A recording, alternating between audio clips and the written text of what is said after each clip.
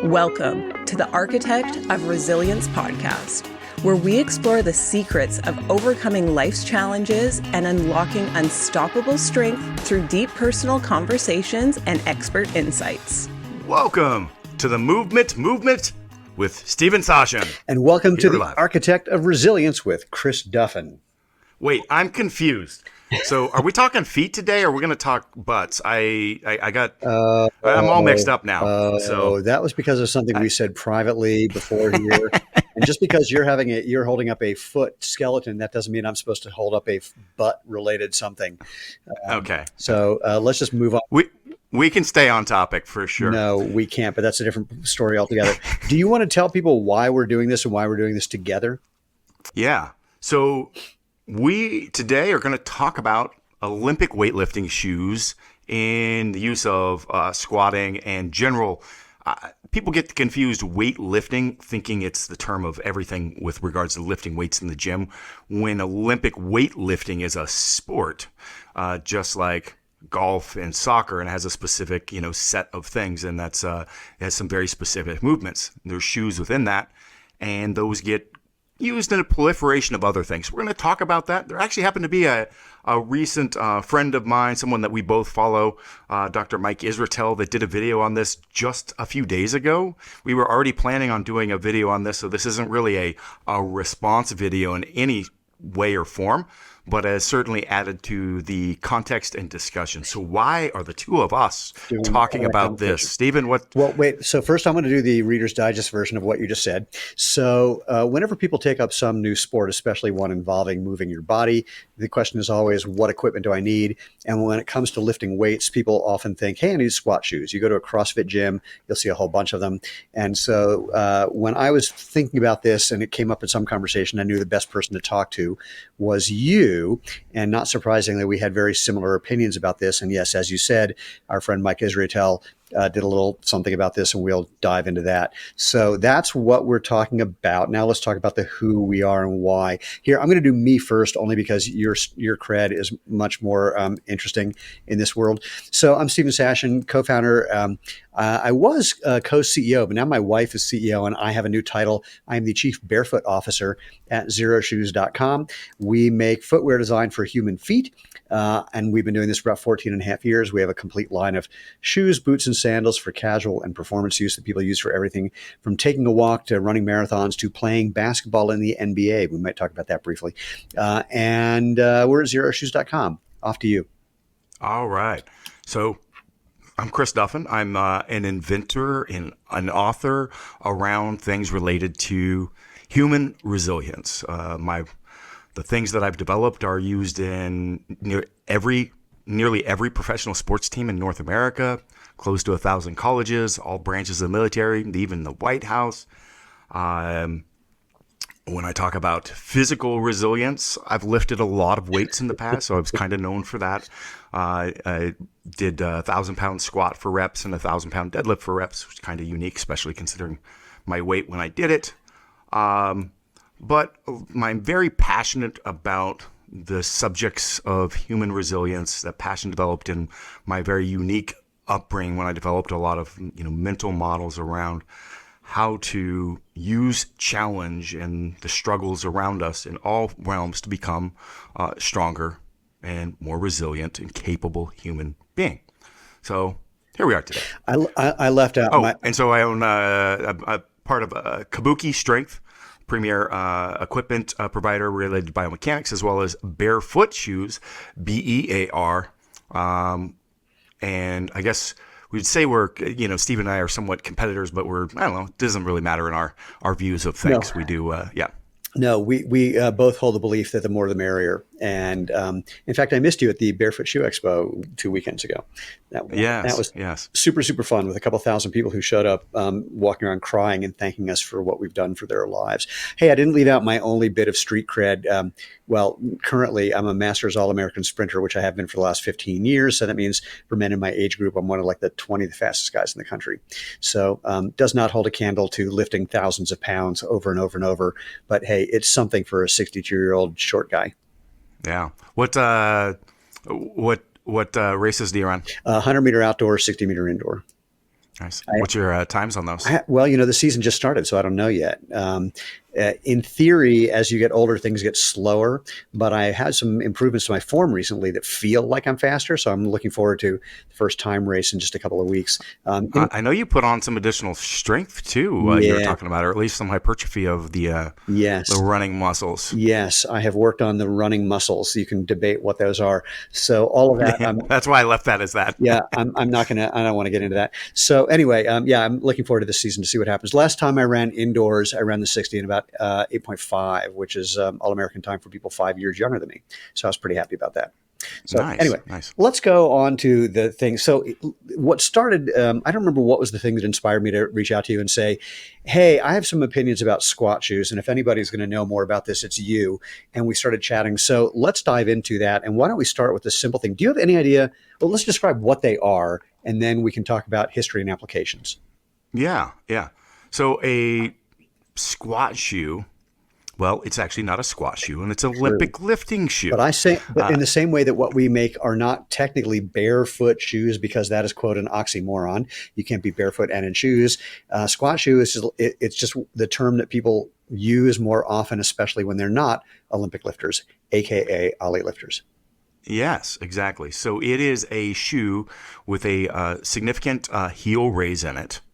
It's very solid, which you do need, a solid base within any lifting environment if you're going to maximize your performance, And the goal of that is to be able to get in a position. So when you're throwing a weight up overhead with a snatch, so from the floor up and wait, we're not there yet. Let's just do. Let's stay on the anatomy of the squat shoe. Yeah. So elevated heels, stiff sole, elevated heels, often made of wood or something approximating wood. One thing that's important for you and I is they tend to have pointy toe boxes. Yes. They're, again, very, very stiff. They lock your foot down into the shoe arguably nicely. But I can't remember. What, if anything, are they doing for any traction on the ground itself? The primary piece of the shoe is the elevation, right? If you don't have those and you're trying to do those movements, people often stand on a weight or something like that. They're trying to get in a better position where they would lack mobility due to ankle dorsiflexion to be able to get into the positions to perform lifts, to make it easier. So but backing up a half a step, do you know why or when the first squat shoe came out, or how that all started? I did pull up the history on that when we first started doing the plan on this before I canceled on you, I think 3 times. So for context of my constant canceling on Steven, I had a pretty challenging month with my mother passing and a few other things going on. And I do not remember the Olympic lifting did start without the shoe. And then that was something that came later, and it came after. So originally, people were doing more of the split catch snatches, and something around the evolution of that. There was some timing that was when the shoes came in, I believe. I'm not an expert in this area. So nor I. And I looked it up as well. And similarly, if I was smarter, I would have pulled up whatever link it was I sent to you. So what someone told me was that there was some early lifter, and I don't remember if it was something that he made to accommodate the fact that he had either longer femurs or shorter femurs. I don't recall which, and I can't seem to get in my head which would make sense if either of those. But let's just say, like many things, something caught on in one world, and then everyone just assumed, and arguably for a particular type of person, and then it just expanded. Now, anyone who's lifting anything, whether they're doing Olympic lifting or if they're deadlifting or squatting in a CrossFit gym or whatever else, it's like, oh, you've got to have these, and you have to have that heel lift. And why would that heel lift be important? Let's do it this way. Why would that heel lift be important for people doing Olympic lifting, and why would it be completely useless for anybody not? Yeah.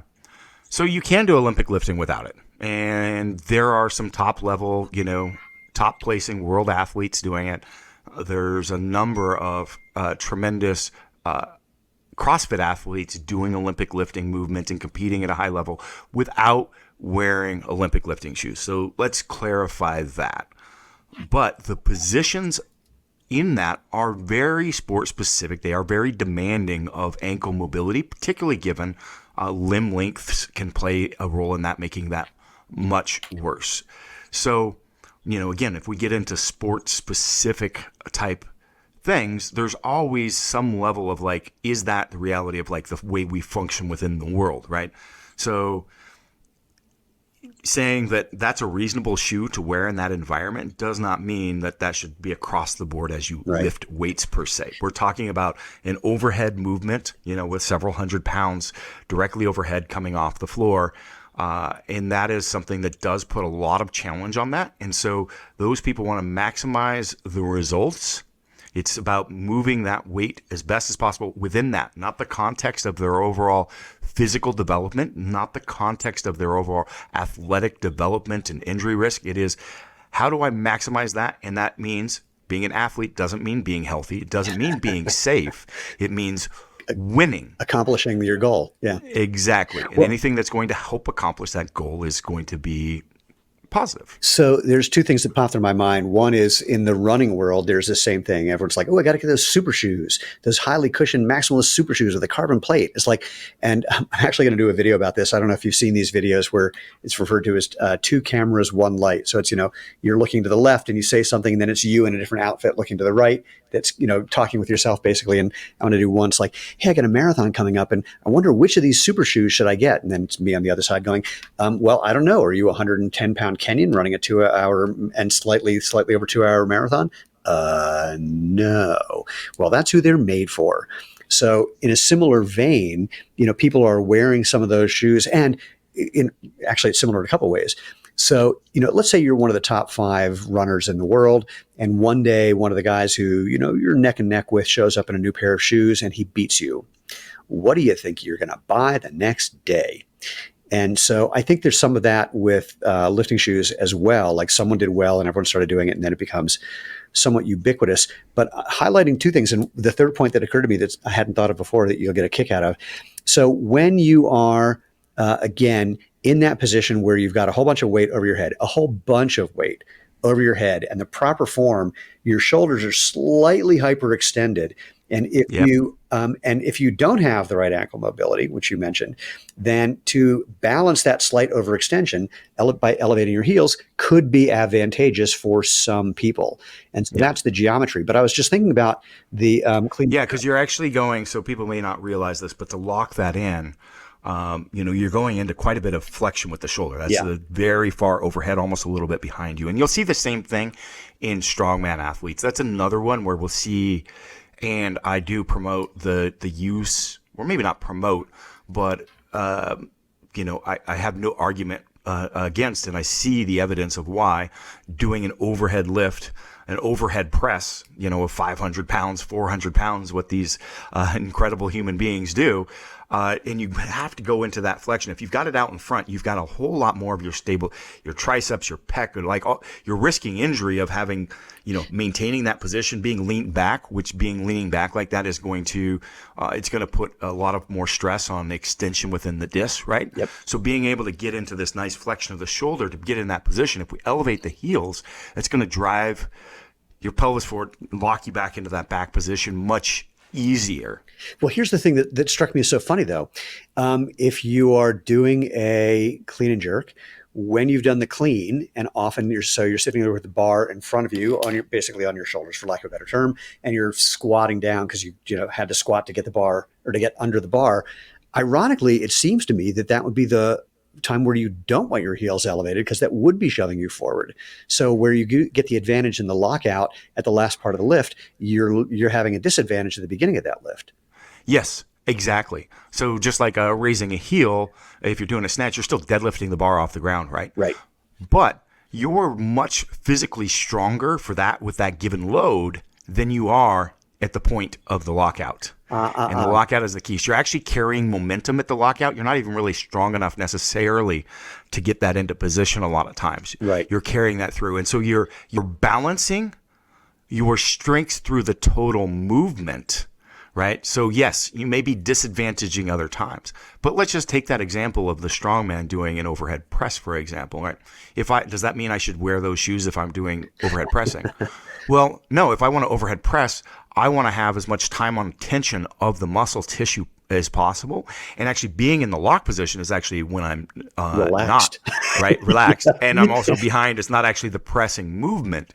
So it doesn't necessarily mean if I want to develop pressing ability and pressing strength, should I be putting those on? No, possibly not. It's going to put the back in a little bit more hyperextension. I'm going to have the weight behind me instead of actually pressing in front and engaging those delts and triceps and pecs and things to develop it. And coming up right as I touch lock, but then going right back into the descent of the eccentric to maintain my time under tension on. That's a very interesting thing. And it looks like you, because I'm just remembering when the, overhead press, or for lack of a better term, a military press, was part of powerlifting. The way that people would cheat that, if you will, is by leaning back. So it was more almost like a bench press without a bench. So you're engaging, much more of those muscles, which, now it's a very different story. But yeah, as you get to that lockout, getting your arms behind you is going to allow you to lock out. So back to question number one. So is there anything in a typical Olympic lifting shoe that is about giving you any sort of grip or traction at all? So I have not worn Olympic lifting shoes. Me either. I've only saw a pair, but I can't remember. That's why I asked. No, but I know where you're coming from, because that was something that was, I think, addressed in Dr. Mike's video that he hit on quite a bit, was the grip retraction. And I did not go do as he suggested, looking for barefoot squat accidents. Right? No, I haven't done that either. But yeah, there's certainly the sheer gripping force on the floor is substantial. Yeah. And I have encountered times when I'm not wearing any shoes that my grip is not good on a synthetic, surface, where putting my barefoot shoes on, plug, that have the low durometer, sole on it, has really great gripping power within it, right? But I know what he was saying. So Mike's point was that the shoes are giving you, or you have better traction with your foot in the shoe than you would have if your foot was on just whatever surface you're lifting on. Correct. And I would say that is a correct statement. I'd say possible. Depends on. Yeah. I mean, because he keeps bringing up the term sweaty feet, so it depends on your feet. Yeah. If you chalk up your feet, that's going to be a different story. Depending on the surface, is a different story. And depending on when I got back into sprinting, and I said, "What do I need for shoes?" Everyone said, "Whatever you buy it a size and a half too small."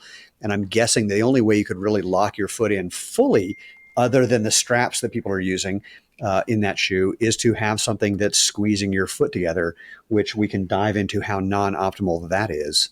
Yeah. So, and that is an issue too with some of the shoes that will want to roll over. So, I have experience with what Mike's talking about. And so like when you have those high level of loads and you have maybe a wood or concrete or a slight bit of dust on a rubber floor, and you've got 400 or 500 pounds on, legs slightly spread, maybe to do a squat or deadlift, there's times that, yes, your feet, like if I'm climbing a tree or going over rocks or doing stuff, like my barefoot is the best. But that's because I also have that proprioception, that awareness of my environment, the ability to grip and move and conform my foot. But when I'm on that flat surface with maybe a little bit of something on there, there is time, rubber is going to stick to that better, even though I may feel like really great if I'm going to run or something like that on it, but the forces aren't as high as that. So is that a potential issue? Yeah. And I mean, I think we've got a number of other potential issues there. Like if we're talking about just wearing no shoes in a gym around an environment where if you were not taking care and cleaning yourself and you've got, some, potential disease transfer, you're going in the back. I think that in a public environment, in a training space where somebody may be, I would agree that you should put on some zero shoes or some barefoot shoes or something like that, unless it's an environment that people are okay with that, then it's fine as well. But well, hold on, the getting some disease thing. Well, first of all, I love it when people say that my gym won't let me in there because they say that what happens if I drop a weight on my foot? I go, the same thing that the happens. same thing if you have your shoe on. Exactly. Yeah, I know. That little bit of nylon is not going to make a difference. I had that when I walked into a grocery store in bare feet, and they said, you need shoes. I said, why? They said, well, sanitary purposes. I said, it's cool if my feet get dirty. And they were like, wait, what? I said, oh, wait, do you mean the other way around? Wait, are you suggesting that my feet are dirtier or somehow worse than whatever people have been walking around in their shoes? That seems absurd. All right, guys, we talk a lot about mental resilience on this podcast, but let's talk about another type of resilience. That's movement resilience. We want to move well, recover better, and do it for life. And it starts with your feet. And you can start today with Neboso. Neboso is a sensory technology company founded by a functional podiatrist. And all their products feature a texture to stimulate, strengthen, and awaken your feet. I use their splay toe spacers and Neuroball to release my feet at the end of every day. They also have these textured recovery socks that feel like a mini massage when you walk around. If you're looking for an effective way to bulletproof your feet, head to Neboso.com, that's Naboso.com, and use code RESILIENCE for 20% off. And how I agree with that, because it's like, what's the difference of, your foot walking on the ground and transferring something? Right. Then it makes no logical sense. But I think that there's some societal norms and stuff as well. Like if it's an environment, I used to be a hardcore in that manner. My gym is shoes optional, and a lot of people choose not to. Great. So it has been that way for forever. Well, I'll tell you, one day I was walking into our office and I'm wearing a pair of ratty shorts. My Zero Shoes t-shirt was not as pristine as the one I'm wearing to talk with you. My hair was particularly big on that rarely humid day in Colorado. And I'm in bare feet, and I catch my reflection in the window as I'm walking to the office, and I just stopped dead in my tracks and went, oh, I'm that guy. Oh. So be it. Well, let's talk about my favorite, and I think perhaps your favorite part as well, which we mentioned, and that is, so hold on one sec, backing up. Is there you had a question, like, when did it proliferate beyond Olympic lifting? Yeah. So I think more of that started. So powerlifting, was a flat-soled shoe environment for ages. You look back in the 70s, and it's boots and Converse, right? People have known not to wear an elevated heel or a running shoe, at least. There have been some occasions of people in certain environments wearing that elevated shoe. And I think starting strength, Mark Ripto, I believe he is a promoter of that as well. Yeah. And then the CrossFit would also be a role, because CrossFit's been pretty closely tied with Olympic lifting. And Mark as well. Yeah, so for the last 25 years or 20 years or so, there's been more influences to bring the Olympic lifting shoe in as a squat shoe into these strength sports. Yeah. And over prior times. So again, that's that. So I believe that those are the primary influences. Now, I think we've seen a lot of change within that. We're actually seeing a lot of use of minimalist shoes. Correct. Or barefoot shoes, which is or being barefoot entirely, which is where Mike's video was really against just not wearing any shoes at all. Right. And then I think we should apply, like, I do think his view was a bit of a reductionist view as it relates to it, because I didn't get fully enough through to see if he was citing any research, but it seemed to be. I didn't hear any, and in fact, I just realized I've watched a bunch of videos he's done about doing, being on a leg press machine, or not so much in a hack squat, but his leg press machine, where he's basically, if he's not wearing his, again, I'm going to use the term badly, squat shoes, which I think he is, he's also, the foot plate that he's on is angled so that it's also elevating your heel even more. Yes. And he's a big fan of that. And there's reasons where that might be beneficial for the hypertrophic effect that he's looking for in certain muscles, but otherwise, but he's clearly, got a preference for this. And while he is often a very research-backed guy, similarly, I don't recall seeing much research on that. In fact, I just found a thing on simplyfaster.com, SIMPLI, faster.com, about the science behind weightlifting shoes. And I'm perusing, and by and large, the research is iffy. Yeah, and actually, I've got a ton of research citations to go through. Typically, I don't go through because it's biomechanics. It doesn't necessarily. I mean, it's related to physics, right? Yeah. And attachment points, and so there's not necessarily research that needs to go into an engineering discussion per se, right? And that's where I said I felt for Mike it was a fairly reductionist kind of view. At the same time, we have to understand perspectives. Mike's looking at this very much from the bodybuilding hypertrophy angle, and we're both looking at this from an athletic development perspective. Good point. So these are very different, perspectives at the end of the day. But I would also temper that, I could go talk to Ben Pekulski, who's a really known biomechanist, IFBB pro, and he will 100% tell you all about barefoot or minimalist shoes for these reasons around development. And there's the key thing here is we're developing, all the muscles within the foot. And sure, Mike doesn't want a jacked foot. He's already got a jacked forehead, right? So, that was the first semi-mean thing we've said about Mike, who we both adore. I did that one for the social media snippet. Maybe I just can't. As soon as I started saying jacked foot, I thought about the pulsing jacked forehead. So anyway, I think understanding the viewpoints is really really critical here. But again, I know I've had discussions with Ben Pekulski around muscle engagement, and any time that we can have improved function of a tissue, if I've got a weak foot, I don't believe the tissue is going to work effectively upstream. We have potential injury mechanisms. And I could list off a number of pieces of research to do so. Well, even more, if the other thing is, one of the ways that I describe a lifting shoe is you've just taken the floor and put it at an angle. And so one of the other things is that you're not really getting all of the feedback in your feet from feeling anything really, especially with your toes squeezed together. And that information, some of that information goes straight from your foot to the base of your spinal cord and back down to your lower extremities to help you figure out how to move. Some of it goes all the way to your brain and back, but some of it's more reflex arc level stuff.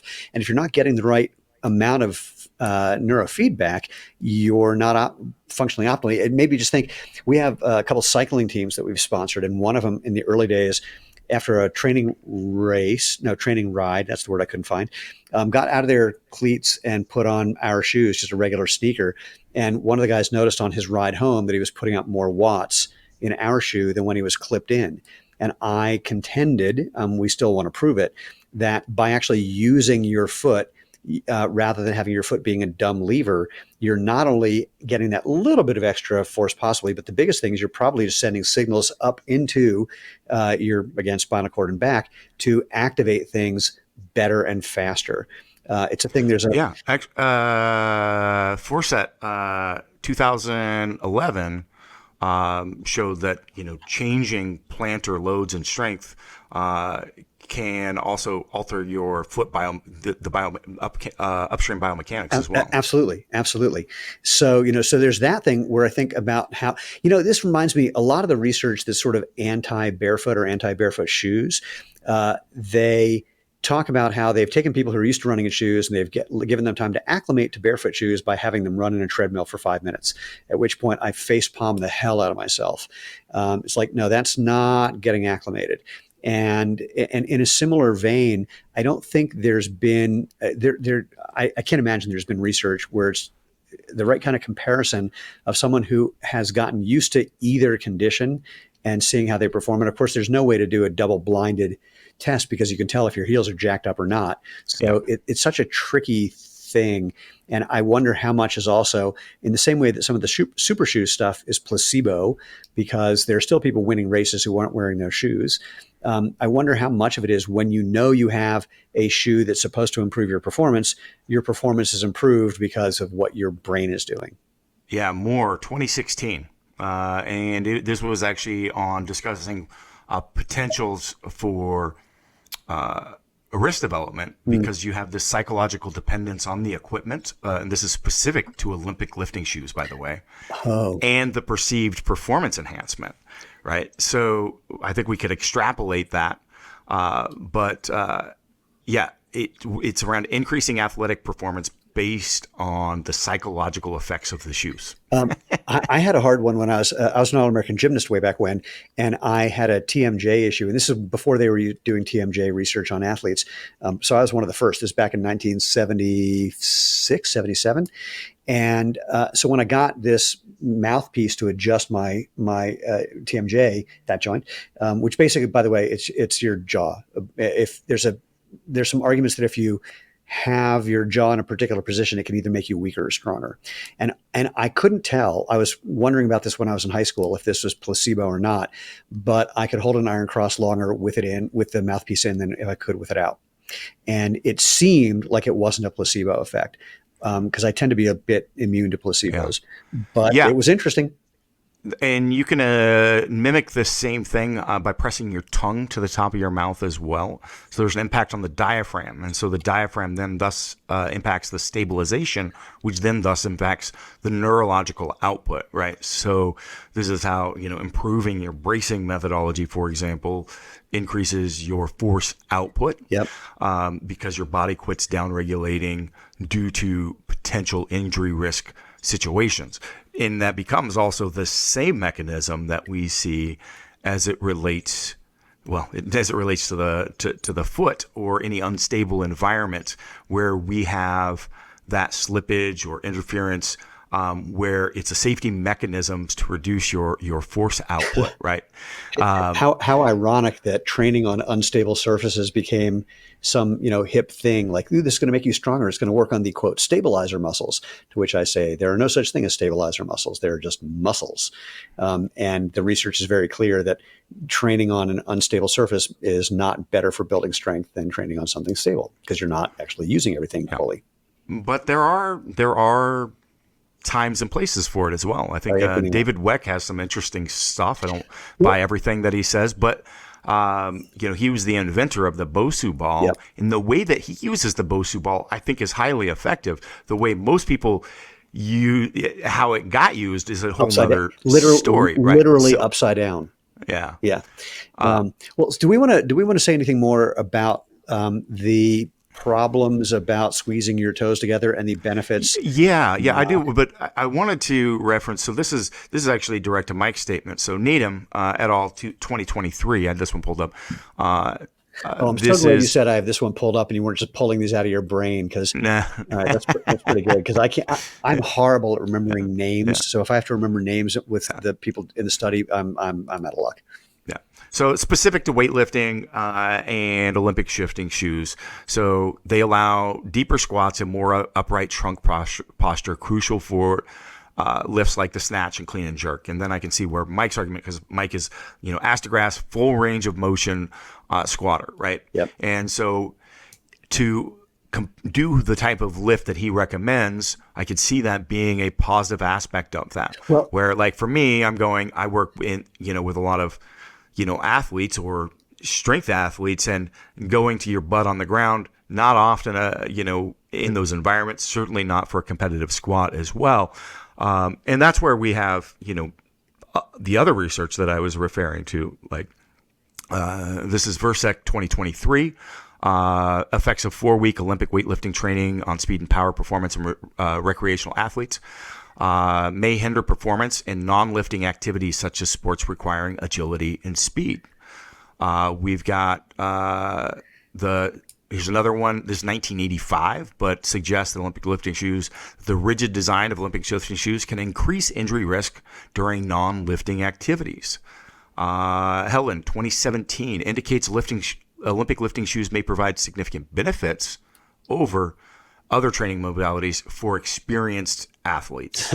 So again, so that gets back to my statement again, like, how is it helping a strongman with a lockout, but not necessarily helping with those other pieces? So I think that there's a lot of context around this, and I could list off a bunch of other ones as well. But then we get back to, having a functional athletic, being able to use everything, change direction, all of this, like the foot itself is incredibly useful. And the Olympic lifting shoes, by the way, the research shows that it can increase plantar pressure, by the way, but not in the way that we're talking, where we need to actually develop and strengthen that tissue by using it itself. And that tight, do you want to talk about the tight toe? I mean, that's very clear research at this point in time about what happens when we pull that large toe in, and the restriction of blood flow. We've got the simplest one is actually here. I can do this one, but I don't know the year. So Katrina Protopopoulos, her research, not so much on squeezing your toes together as arch support, which is related to this actually. We haven't even brought that up, but it occurred to me, where she took healthy people, put arch support in their shoes. They hadn't been wearing it previously. And in 12 weeks, they lost up to 17% of the strength and muscle mass in their foot. And as I like to say, I can't think of a time when weaker is better than stronger. But yes, when you, I think Ridge, when she was at BYU doing the research, just taking that big toe and moving it in the way that it happens when you squeeze your toes into a shoe that's got a pointy toe box, is reducing the ability to use your longitudinal arch and reducing blood flow into your foot as well. The simplest thing, I can do the anecdotal stuff, is getting out of Olympic lifting into powerlifting. We have just seen so many lifters who, when they're able to use their foot by not having their toes squeezed together, are lifting better. We were at one powerlifting competition, and a woman's trying on our shoes, and they call her for the bench, and she's like, "Oh, I gotta go. I can't even can I wear these shoes?" And she like runs over, and then comes back 2 minutes later saying, "I just had a 20-pound PR because I felt like my feet were screwed into the ground for the first time." And most people who aren't powerlifters don't even realize that a good bench press starts with your feet. Yeah. So our lifters that are coming at it from your side, like wearing minimalist shoes has really started taking over the powerlifting environment. Yep. I started pushing this. Oh gosh, I can't remember. I think the first big piece I did was an hour and a half at Swiss Society for Weightlifting, Injury Prevention and Sports in 2016. But I've been pushing it for years before that. But we've seen so many top lifters just excelling with working on training their foot using minimalist footwear. And, I don't have the research pulled up in this one, but I've got, I did a keynote at Parisi, and I think I posted this one online. I've got the research, a bunch of it on my Instagram. I think I'm going to post related to this.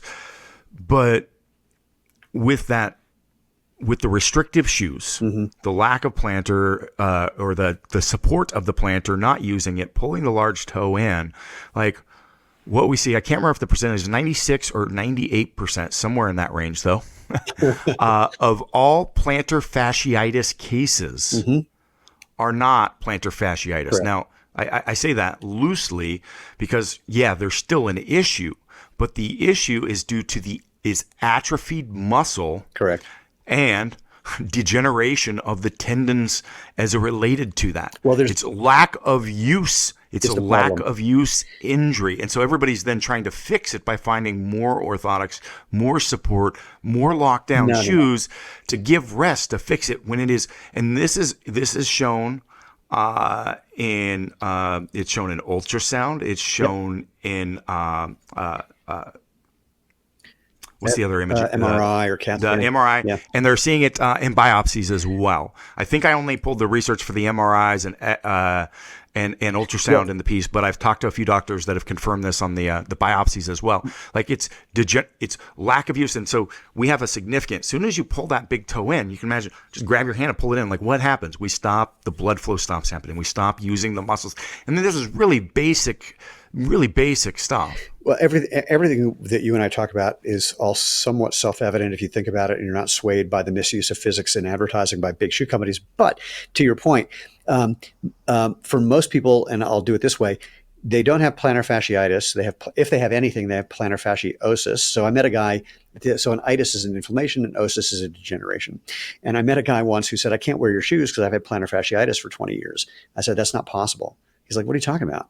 My doctor said. So I said, "Yeah, it's not possible. You can't have an inflammation for 20 years.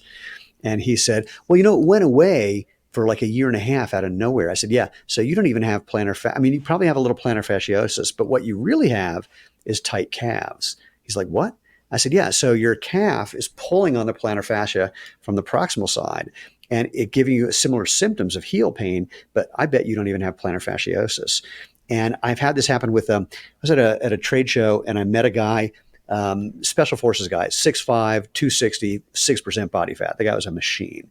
And he said, we all switched to these minimalist shoes and we got plantar fasciitis. And I took one look at him. I went, I don't think so. He's like, what? I said, can I stick my finger in your calf? He goes, sure. So I could just see the spot from a mile away, and I just dug my thumb into it. And this giant guy fell like a tree. And I just sat there, rubbing the crap out of his calf for a few minutes. I said, stand up, see how that feels. He goes, holy shit, that's like 90% better. I said, right. Go back to the base, have your physical therapist do that for a week or so and tell me how it goes. I see him a year later. He goes, well, just so you know, that solved it for everybody. So in addition to your point, that most people don't have an inflammation, they have a degeneration. Most of those actually it's also starting from the proximal side, not from the source or the place where they're feeling the pain. And ironically, it's actually one other thing back to arch support. It's the arch support that's also making that happen, because again, if it's just a weakening and non-use, the arch support is there so you don't have to use your plantar fascia. You don't have to use your foot. And it's in there because an elevated heel shoe, by the time your foot hits the ground, you're putting your plantar fascia under strain. And rather than trying to get rid of the elevated heel in the regular shoe as well, the shoe companies went, why don't we just put something in there to immobilize the muscles anyway, so that way they can't overstrain them. It's like, holy crap. I mean, I can't even. No, and that's the original story too. If anybody doesn't know that, that's actually what happened. Oh yeah, you thought I was pulling it out of my butt? No, that's really what happened. Yeah. So if we're using the tissue there, we're going to get better engagement. We're going to get better engagement of the tissue around it. Now, the problem with that, like you said, if they all started wearing those and didn't treat it like a strength training program, you don't walk into the gym and do 225 for 50 reps your first day, right? And then again your next day, and then the next day, right? That's not a training plan. It's progressive, right? It's just like strengthening. The shoe is not the fix. You are the fix. Yep. You need to get stronger there. And if you do so, you're going to have better engagement of the tissues around it as well. Because why are we starting to lack? Why are we, I talked about the tongue to the mouth, the diaphragm, like the inhibitions. Well, what else do we do? If we've got weakness around a joint, the body starts restricting mobility around the joint to protect it. So you lose, what do we lose? Ankle dorsiflexion if you've got a weak foot. Yep. Shall I say that again? You lose ankle dorsiflexion if you have a weak foot. So we'll turn it upside down, because most people think, I need these squat shoes because I don't have good ankle dorsiflexion. Exactly. By the way, pulling your toes towards your knees. Yeah, they have it upside down. It's a process, right? Yeah. So if I get a strong foot and then I get better engagement of those muscles and the muscle around it, I'm going to reduce my injury risk. I'm also going to have enhanced proprioception, enhanced neuromuscular control, right? I would argue that that's going to give you at the end a better hypertrophic effect, which is, I think, where Ben Pakulski stands as well. But I do see, this very specific position with these high depth squats and what Mike's talking about. And again, anybody that's using those type of shoes and seeing success, do it. I'm not going to do it. Yeah, do it. Don't remove, but get a stronger foot to put inside of it and minimize the use. So wear it. No, now you're onto it. So I was going to say, let's go to a suggestion. This is kind of like what I say to people who are, wearing those quote super shoes. I go, cool. If you're going to run in them or race in them, but as soon as you can, get out of them and into something that lets you use your foot naturally and build up strength. And there's research showing that wearing a minimalist shoe, yours or mine, builds foot strength as much as doing an exercise program for your feet. There's research from Isabel Sacco showing that improvement in strength relates or correlates to a 250% reduction in running injuries over the course of a year. So get your feet strong. Don't stay in something that makes them weak. Get your feet strong, and then you're in a position where you can experiment. And my God, if you got a serious competition coming up, don't do it then. Do it when you got time to do the experiment and see how you feel. And if it feels like you want to make that adjustment because you think it could be better in some way, great. But like in the same way, don't switch to a new pair of shoes the day before a race, even if it's the same shoe you've been wearing.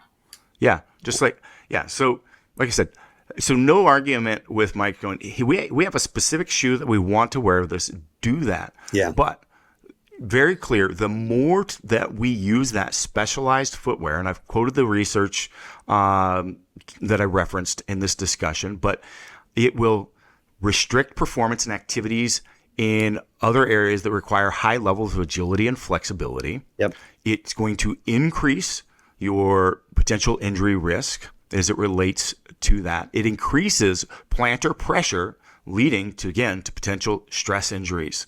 So, and again, we talked about too much time, non-use of the foot is going to what? And we've got tons of MRI, imaging, And biopsy. Biopsies to show that it's causing atrophy of muscle and tendinopathy issues relating to problems. So, Yep. I mean, this is just summarizing this in a short period of time. Yeah.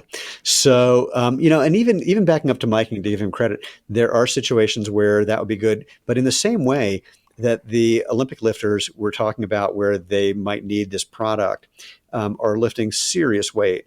When Mike is working with his serious bodybuilders, these guys are pushing serious weight. This is not your average gym bro who, even with, my God, like I'm 5', what am I? I'm 5'5", 145, and put me on a leg press with 450 and I can just push that all day long. But, but I'm fine doing that barefoot. But, you get your average person who is not lifting that kind of weight. Or proportionally lifting more. It's my big beef with CrossFit. It's like, wait, I got to deadlift the same thing as a guy who's 6 foot, 195. That doesn't make any sense. But anyway, the point being that even Mike's athletes are not necessarily you, although anybody watching his videos wants to, imagine that they are one of those guys who is in the off season 325 pounds and just a complete monster. So that's actually a whole other comical thing about how, back to my point about, being a 105-pound Kenyan, what do you care what that guy's doing? You're not that guy. So there's some of that that's still an issue where we want to pretend to be that person and do what they're doing when that's just completely inappropriate from every level I can possibly imagine. Yeah. So yeah, like I said, nothing saying that he's wrong at all in his statements, but it's like we need to look at those with a level of context because they appear to be relating to anyone stepping in the gym to do a squat, which is certainly not the case. We're talking about a very specific goal and adaptation that's needed from that.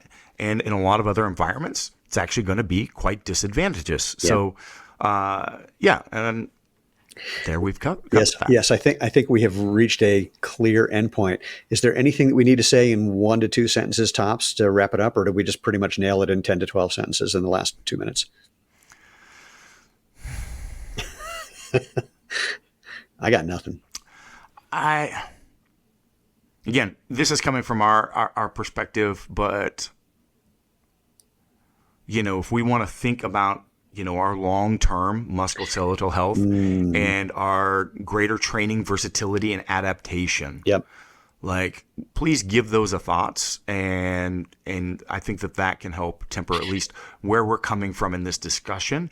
And I hope that the citations around the research and the discussion around the mechanics side of it helped, elucidate where our viewpoint. Let's talk about maximizing your strength and resilience. When chasing my 1,000-pound squat, I made my own supplements out of necessity to help push my body to its physical limits. So I founded Build Fast Formula because I needed supplements that actually worked every time I trained. All our formulas are backed by peer-reviewed research and third-party informed sport tested for quality and safety. Listeners can get 10% off by using code RESILIENCE at buildfastformula.com.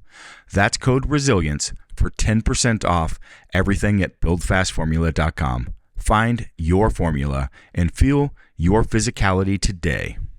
I'm going to just echo that and say beyond lifting, similar thing for people running. If all you're doing is road running, then you're not putting your body under the kind of positive stresses. You stress that is helpful. If you're just doing, single plane movement over and over and over. So get on a trail, do some other things, jump rope, do whatever you can think of that's actually using all those muscles, ligaments, and tendons at different angles, different joint angles, different actual angles from, the torque and moment arm perspective, all that physicsy stuff. So, and I think this is something, what you just said is something people overlook. It's like, it's one thing to be able to do that activity that you like well. It's another thing to be a well-rounded, healthy person/athlete. And ultimately, we're all athletes. Just some of us do something about it and some of us don't. Yeah. So, stronger feet and ankle complex is going to allow you to work in a lot of different training environments and challenges. And over the course of your life, you're probably going to start engaging in different things. And your ability to move into different sport-specific trainings and needs and be able to adapt to that and push comprehensive training programs and all that, you want to improve your overall athletic performance. And when it comes to long-term musculoskeletal health, strong foot and ankle complexes always lead to better alignment, better load distribution of the lower body, which alleviates stress on joints like knees, hips, low back, when you're doing resistance training. And boom, there's research coming out shortly. I can't cite it specifically because it's not published yet, but I know the lead researcher about balance in the elderly from just wearing minimalist footwear. And the rumor is that the research is going to be very positive for what we've been talking about. So speaking as someone whose father died 9 years ago because he had crabby balance from wearing shitty shoes and tripped on something tiny, fell down, broke his hip, and was dead 2 weeks later, I have a vested interest in helping that go away. And this is another thing, strong feet leading to strong ankles and all the proprioception that goes along with that. And just the neuroreceptive as well. You don't want to lose that because you don't want to be one of those people who is shuffling, and then you trip on, a piece of gum on the sidewalk and then you're done. So think long-term, which is something humans are very bad at, but to the extent that you can, the healthier you are now, the healthier you're going to be when you're at a point where most people aren't. Yeah. Cool. So here, let's do the sign off. Point people to your thing. I'll point people to my thing. You go first. You can find all our podcast episodes. I've got a new community, free community that I've got. It's linked on there. Everything's chrisduffin.com. Just go there, type my name in the internet or the socials. I'll pop up. It's not complicated. It's Chris Duffin, like muffin, but with a D, Duffin. And you can find our stuff in two places. My podcast, this is my joke, everyone's got a podcast. I'm getting really sick of it. Find out more on my podcast. So we've got the Movement podcast is at www.jointhemovementmovement.com. Nothing you need to do to join. That's just where we have everything. You'll find all the previous episodes, all the places you can engage with us. And of course, you can go to zeroshoes.com to find out more about what we're doing for the footwear that just gets out of the way to let you do what your body and feet are meant to do, like we've been talking about for the last 50 minutes and 53 seconds. Yeah. That was a good discussion. We kind of wandered around a few things, but I felt we covered it pretty well. You and me just going on tangents. Can you imagine that? Who knew? Thanks, we everybody. did. Okay. Cheers, everyone.